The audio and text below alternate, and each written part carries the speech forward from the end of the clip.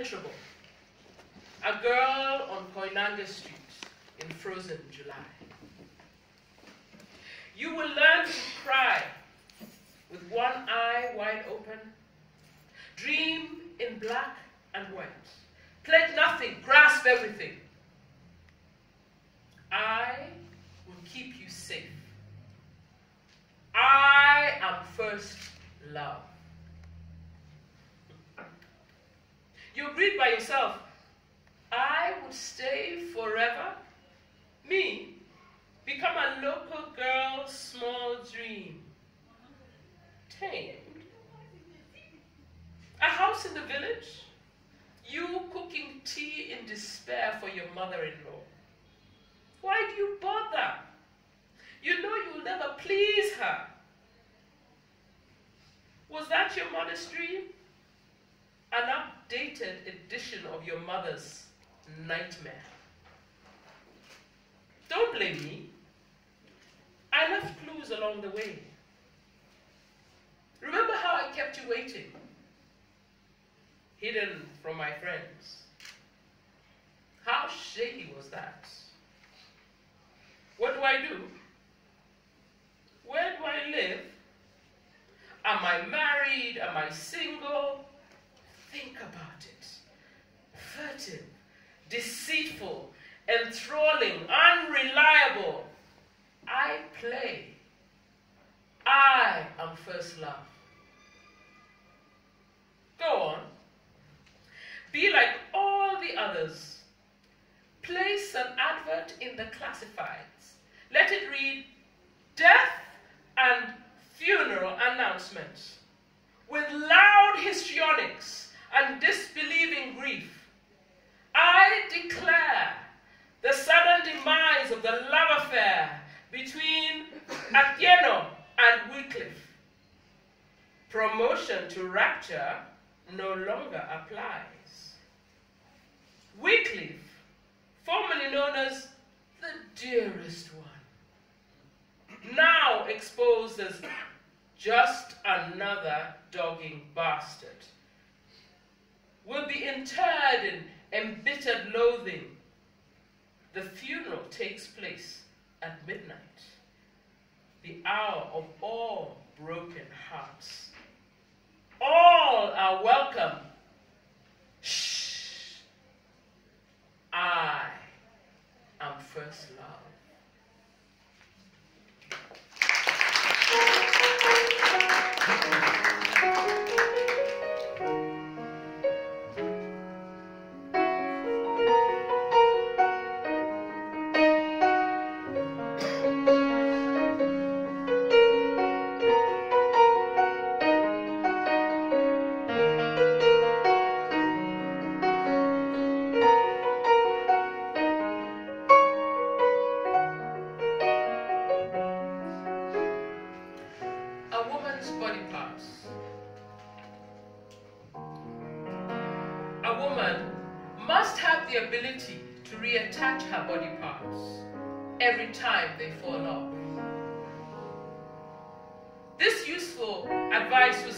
By my grandmother as we sat together peeling bananas for a meal. A woman must have the ability to reattach her body parts every time they fall off. Over the years, my aunties added their voices of counsel to hers. Yes, they said, don't hold on too tightly onto your body parts. You will only cause yourself pain. I confirmed their words as I watched my mother reattach her body parts every time they fell off. My grandmother was unequivocal. A woman does not have the luxury of permanent body parts. They must remain detachable. By the time she is grown, her body parts will fall off quite regularly. Nothing to alarm. She must gather up the bits and pieces, put them back together again. When she falls into disarray, only she knows her design. a woman must have the ability to reattach her body parts every time they fall off. Now, her body parts may fall off when she feels threatened, when a man stands and scowls over her, or when her opinion is disregarded. A woman must not be alarmed. She must simply learn to pick up the fallen part and reattach it. My grandmother was clear in her instructions. To reattach a fallen body part, a woman must start with her arms, with her hands firmly in place. She can reattach the other parts. A woman's nose may fall off quite regularly. It is a rather sensitive part of the body and has a tendency to take fright and go into hiding. When reattaching the ears, a woman must start with the left ear, followed by the right ear. This will allow her to hear again. When attaching the lips, a woman must take care not to reattach it upside down. She does not want to look like a bird with a beak. Now, she can pop her eyes back into their empty sockets. They may make a sucking sound when pushed back into her head, but that is a small price to pay to regain her vision. Okay, now she can place her head back onto her neck. Be careful not to lay it askance, or worse, back to front. Finally, the legs. The right leg, then the left leg. My grandmother added this bit of wisdom in the dark as we lay waiting for sleep. You see, she said, with her legs firmly in place, a woman can go anywhere. But what should a woman do with her welling tears, I asked. Grandmother was clear on this too. Let the tears flow. Let them go. Let her wounded core escape. It is the only way a woman can keep from damning her soul.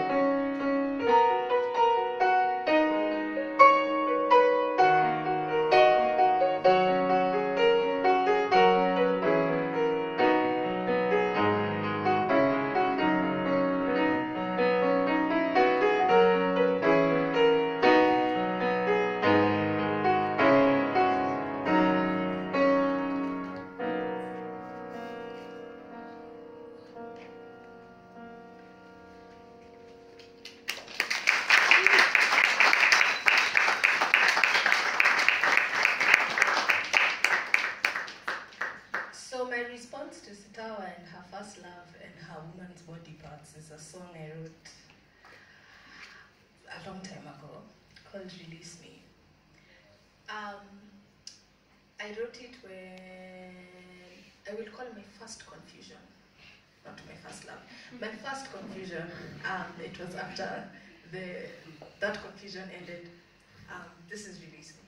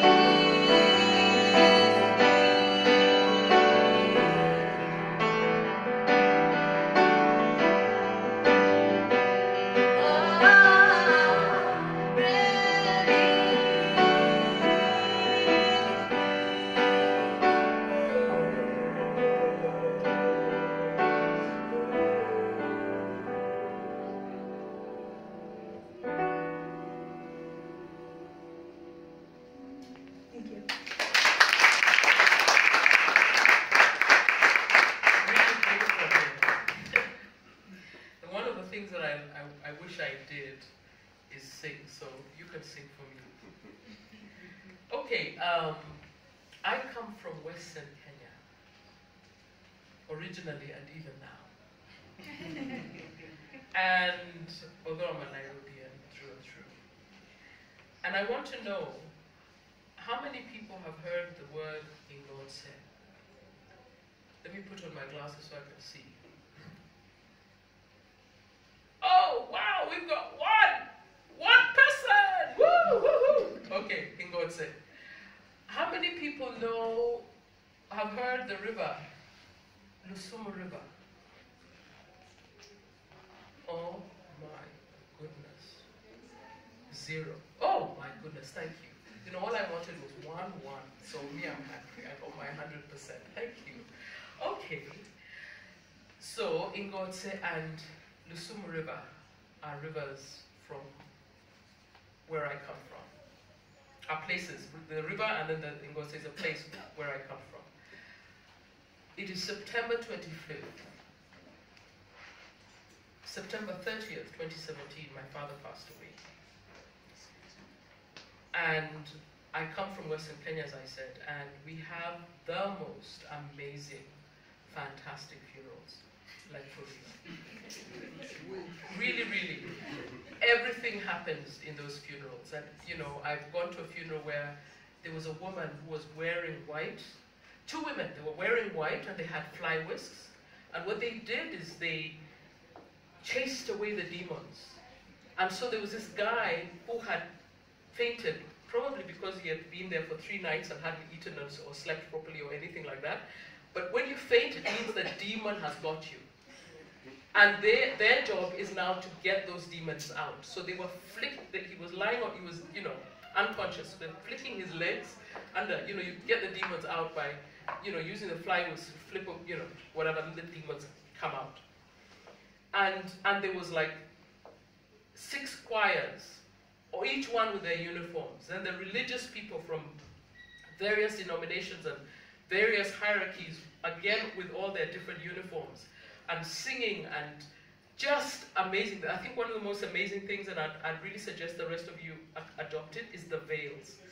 When I say the veils, does somebody know what I'm talking about? When you have the veiling of the coffin. Yeah? When you have lots and lots of people line up and then they've all got veils and they put them on and on and on. It is the most glorious, glorious opera. It is our entertainment. And whenever people say, oh, you spend so much money, I'm like, yeah, don't go to movies, don't drink any beer, just save all your money and have a very boring life. Thank you. And then come and tell me that we are wasting money. Sijui, we could have built, I don't know what, and gorofas, and I don't know, etc., etc.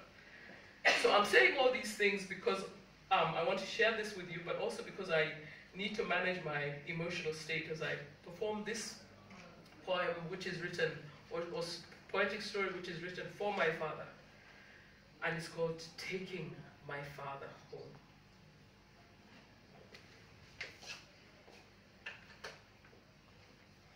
And I'd like you to participate. So I'm going to put my hand up, and when I put my hand up, you're going to say, taking my father home. I am taking my father home. So let's practice that. I am taking my father home.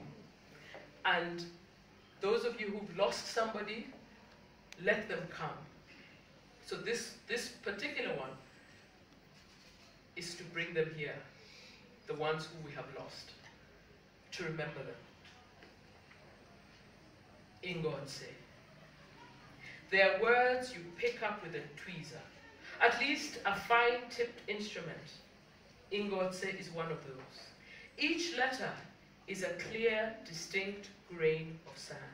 You will need that finely calibrated instrument to pick it up, especially when you get to the s part. Or you may suffer a mispronouncing accident. I am taking my father home. I arrive in a land of many rivers. River Lusumo ushers me home with her many stories. River Lusumo is a consummate storyteller. The river gurgles, teases me. Did you know I once flowed through a forest? The forest straddled this whole continent from one end to the other. Back then, the forest made my water sparkle. Now look at me. Even a thunderstorm can't wash me clean. River Lusumo releases a fine spray of nostalgia into the air, and for a moment, I can see the expansive lost forest. I am taking my father home. River Lusumo squeezes itself into a narrow channel. She becomes a thin ribbon of water, and I hear her complaining and fighting to get over the rocks in her way. She stops the struggle to speak to me. You have done well to bring your father home. Not everyone does the right thing. The sun glints off her surface.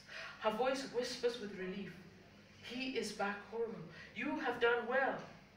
He's been gone for years, building a life on aeroplanes, in boardrooms, chairing meetings, advising governments, building institutions, leading the way.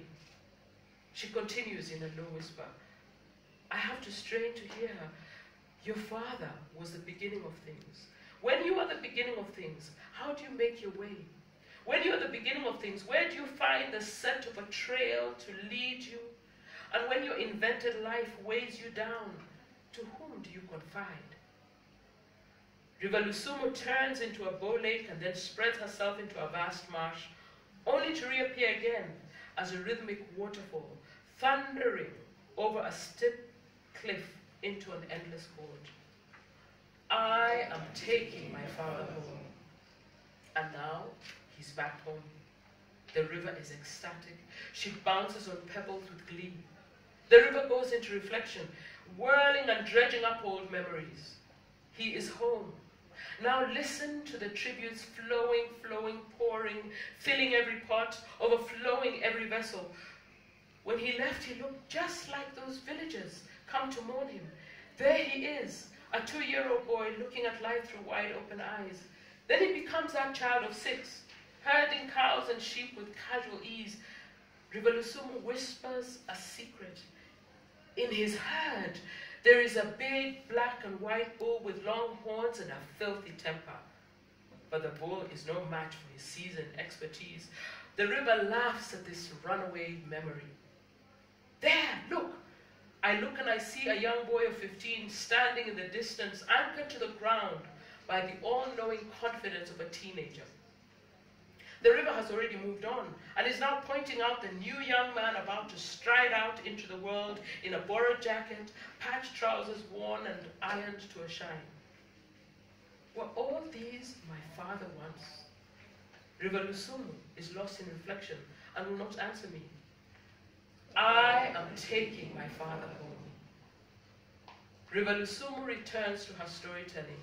Ah, look over there, the river insists. I follow with my eyes as she folds herself around huge boulders and dances for a moment inside a whirlpool. I look and at last I can see the villagers descending on us. In their numbers. But these are not ubiquitous African villages, the ones you find on posters advertising grim neediness. These are my relatives, my father's people. We share clans, grandmothers, uncles, and aunties, and even the slant of an eye, the shape of a nose, the plumpness of a full lip. The blood flowing through our veins has genetic affinity. These are my father's people, come to reclaim their son. These are my father's people, come to assert their rightful stake on my father's life. I must return him. The demand is unspoken, but loud enough for me to hear. My father's journey in my world has come to an end. I must return him from whence I borrowed him. I must let him go home. I am taking my father home. Thank you.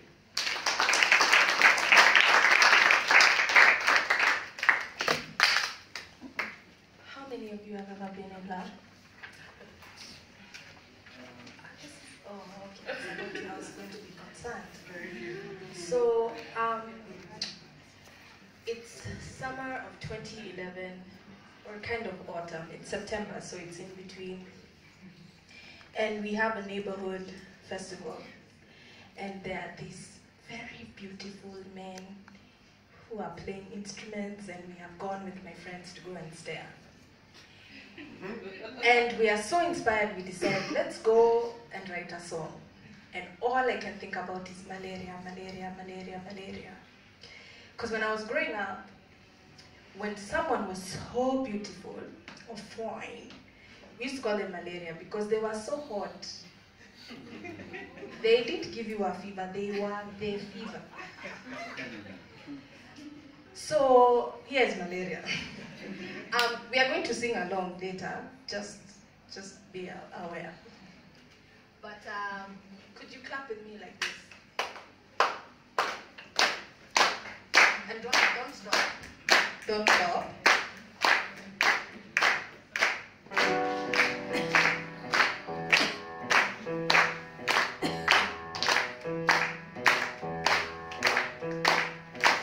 My knees are shaking, palms are sweaty. Now hammer, hammer. Stomach is churning, heart is burning, wondering what I had to eat lately. I've been feeling weak and hardly walk. Don't got no appetite at all. Can't keep nothing down, I'm losing sleep. Got me turning inside out. Spinning head, can't hold my ground. What could be wrong? I think I found this happens every single time you come around. It's like you're my lady.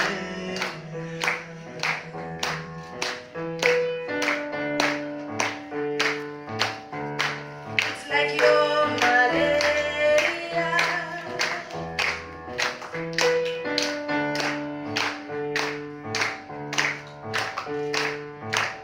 I swear I'm not myself lately. It's like I'm caught in delirium.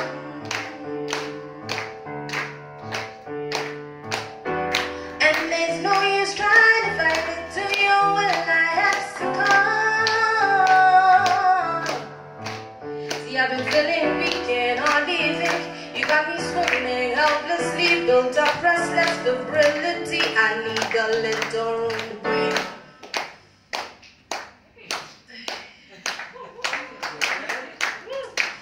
I need a little room to breathe. No, it's very hot.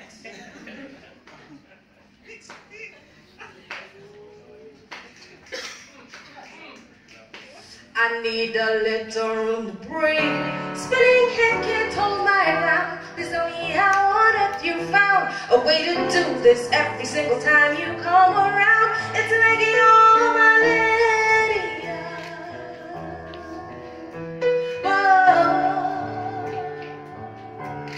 It's like you're my lady.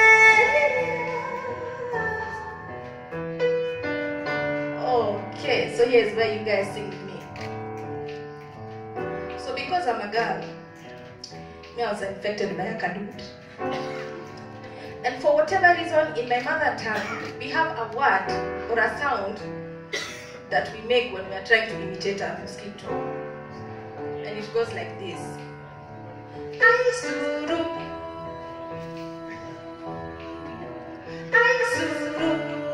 So fellas, please sing with me. We can sing it low. So let's go.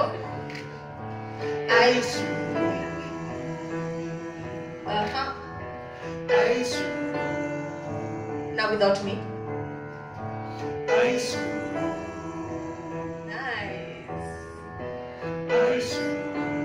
Okay, let's pause with the fellas. Ladies, he's like malaria to me. He's like malaria to me. He's like malaria to me. He's like malaria. Let's go. He's like malaria to me. Confidently. Malaria. Nice. He's like malaria to me. He's like malaria. Keep going, fellas. Come back. He's nice.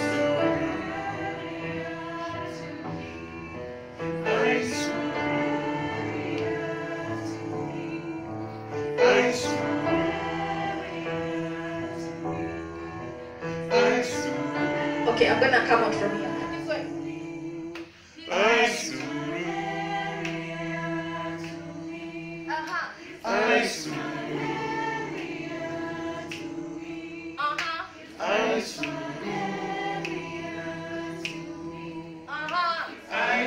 Okay, let's get your coordination. Keep singing. Whoa. Let's go.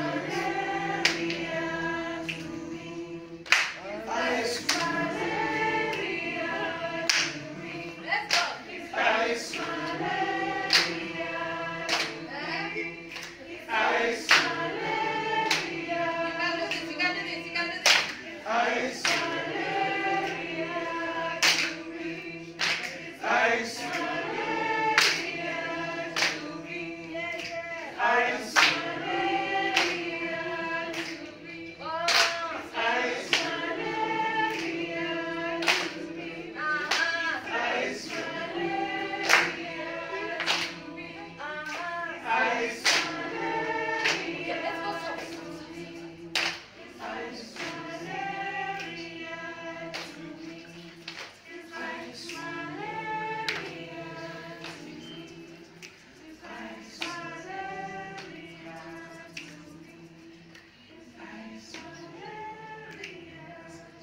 Thank you very much.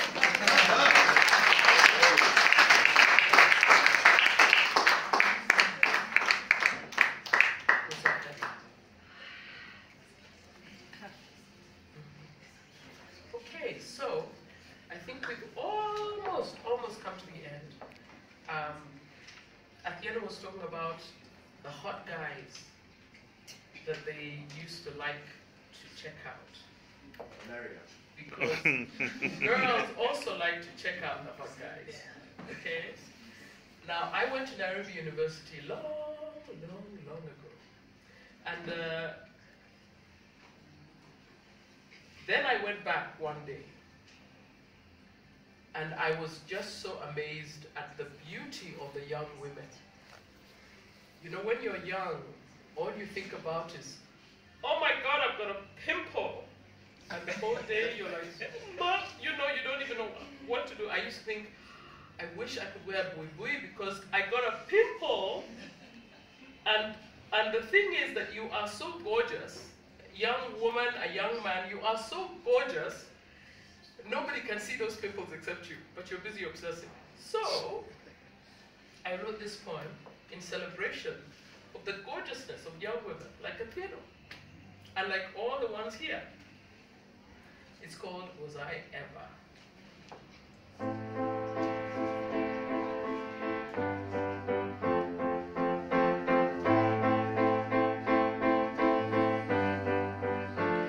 Was I ever like that, like that, like that? My shoulders a wide expanse of certainty, so straight and firm. Was I like that ever? My hips, an unasked question mark, in search of insolence and answers as I passed you by. Did young men slide me looks from under lingering eyes and then simply smile? Did old men follow me with brazen stares and then deeply sigh? Was I ever like that, like that, like that, like that? My skin a promised challenge, bronze, soft, all at the same time.